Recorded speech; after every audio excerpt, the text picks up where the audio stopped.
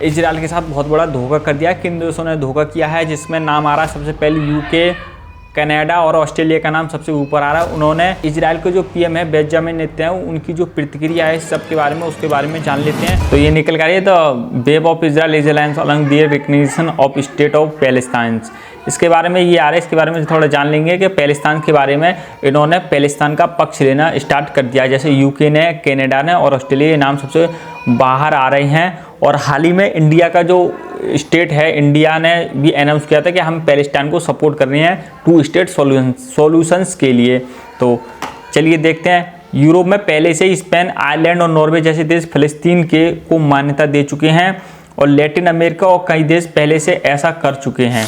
तो दोस्तों, इतने दिनों के बाद गाजा में जो सब कुछ ख़त्म हो चुका है, इतने दिनों के बाद ये अनाउंस कर रहे हैं कि state of Palestine 2 state solutions announce कर रहे हैं। ये क्या दोगलापन है और इसके बारे में जान लेते हैं। और इंडिया पे क्या असर पड़ेगा और क्या ये वॉर रुक जाएगी और नेतन्याहू इजराइल इतना गुस्सा है उसके बारे में जान लेते हैं। जैसे कि आपने देखा होगा कि फ्रांस के राष्ट्रपति मैक्रोन ने जैसे ही state of Palestine 2 state solutions का जो ऐलान किया था, उसके बाद उनकी सरकार गिर सी गई है। मतलब फ्रांस में प्रोटेस्ट हो रहे हैं, इसका मासिव असर देखने को मिल रहा है फ्रांस में। तो UK and Canada and Australia formally declared their recognition of Palestine state on Sunday. It is separate but coordinated settlement statement. इसका मतलब ये है कि इन्होंने जो state of Palestine 2 state solutions का जो हवाला दिया है, उसमें ये कहा गया है कि हम कुछ कंडीशंस रखते हैं कि पैलेस्टाइन को किस हिसाब से सॉल्यूशन निकाला जाए। तो इसके बारे में जान लेते हैं और इजराइल की प्रतिक्रिया को जान लेते हैं। और सबसे बड़ा सवाल ये है कि क्या ये इनका रुख क्यों बदल रहा है, क्यों ये इजराइल के इतने मतलब सपोर्ट करने वाले अब थोड़े थोड़े खिलाफ हो रहे हैं, इनका क्या रुख है। और जो अमेरिका का स्टैंड है वो अभी भी किसके साथ है, इजराइल के साथ खिलाफ होने वाला है या नहीं होने वाला है। UK prime minister Keir Starmer recognition of the Palestine state was needed to revive the hope of peace and 2 state solution but state that this is not reward of Hamas.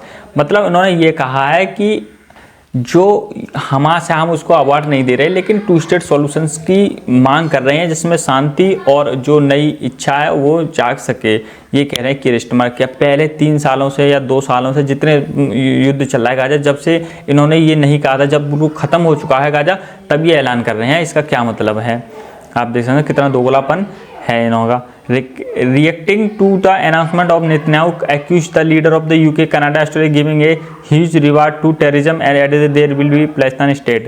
उन्होंने ये कहा है कि आप ये इजराइल के जो PM है उन्होंने बहुत ज़्यादा गुस्से में ये कहा है कि आपने जो कहा है वो बहुत ज़्यादा मतलब कि ऐसा है कि आप आतंकवाद को अवार्ड दे रहे हैं या उसको शाबाशी दे रहे हैं कि आप और इजराइल को में गंदा काम कीजिए।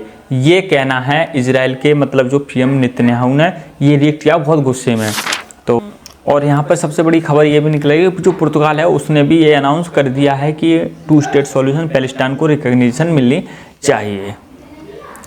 तो अब धीरे धीरे ये क्या समीकरण बनने हैं कि ये सारे देश मतलब ये कि इजराइल के थोड़े थोड़े खिलाफ जा रहे हैं। क्या मतलब ये, क्या ये एक स्ट्रेटजी है या फिर इजरायली इन सबसे ये करवा रहा है? नहीं, ये स्ट्रेटजी नहीं है। अब इनका रुख जो है डेमोक्रेसी और ये सब खतरे में पड़ चुकी है, क्योंकि डेमोक्रेसी के नाम पे ये ह्यूमन राइट्स और ये वायलेशंस का हवाला देते हैं दूसरे देशों में कि आप ये ह्यूमन राइट्स का वायलेशन कर रही हैं। अब जैसे इन पर प्रेशर पड़ने लगा कि आपने पूरी दुनिया में लेक्चर देते हो ह्यूमन राइट्स का और सब चीज़ों का, तो आप पैलेस्टाइन और गाजा में ह्यूमन राइट्स का हवाला क्यों नहीं दे रहे। इसलिए इन्होंने थोड़ा रुख अपनाया है कि थोड़ा ह्यूमन राइट्स और वायलेशंस और जो हो रहा है उसको थोड़ा कवर किया जाए। लेकिन ये ज़मीनी स्तर पे ये कुछ भी नहीं करेंगे, ये खाली रिकग्नाइजेशन ऐसे देते रहेंगे और ये कुछ वो ठोस कदम नहीं उठाने वाले हैं।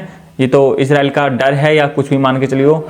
और एक और बात कर लेते हैं कि अगर UN सिक्योरिटी काउंसिल में जो रेजोल्यूशन पास हुआ था सीज फायर का, उसमें सारे देश कह रहे थे कि सीज फायर हो जाए गाजा में, लेकिन सब एक ही कंट्री था अमेरिका जिसने कि सीज फायर को वीटो कर दिया। तो अमेरिका नहीं चाहता कि गाजा में सीज फायर हो और वॉर को कंटिन्यू करना चाहता। उसका ये फ़ायदा है कि वॉर कंटिन्यू होने से वो मिडिल ईस्ट में अपना कब्जा या पहुंच बढ़ा सकता है। ये मिडिल ईस्ट को अपना हथियाने का जो प्लान चल रहा है उसका वो सब कुछ है इसके अंदर। तो यहाँ से थोड़ा यूरोप को थोड़ा समझ में आ रहा है कि ये तो सिर्फ फ़ायदा हो रहा है सिर्फ अमेरिका का या फिर और कंट्रीज़ का, जो वहाँ की CIA, पेंटागन से और रक्षा कंपनियाँ, उनका फ़ायदा हो रहा है, लेकिन हमें क्या मिल रहा है। तो इसलिए थोड़ा रिकॉग्निशन देना स्टार्ट कर दिया, लेकिन थोड़ा डर भी लग रहा है कि जैसे कि फ्रांस में आपने देख लिया कितने प्रोटेस्ट हो रहे हैं, जो जैसे रिकॉग्निशन दे दी और फ्रांस में प्रोटेस्ट होने स्टार्ट हो गए हैं, और इंडिया ने जैसे रिकॉग्निशन दी पैलेस्टाइन 2 स्टेट सॉल्यूशन का, तो इंडिया में भी थोड़ा डर लग रहा है कि इंडिया की जो स्टेट गवर्नमेंट है उसको टॉपल करने के लिए कोशिश की जा रही है, ऐसा माना जा रहा है।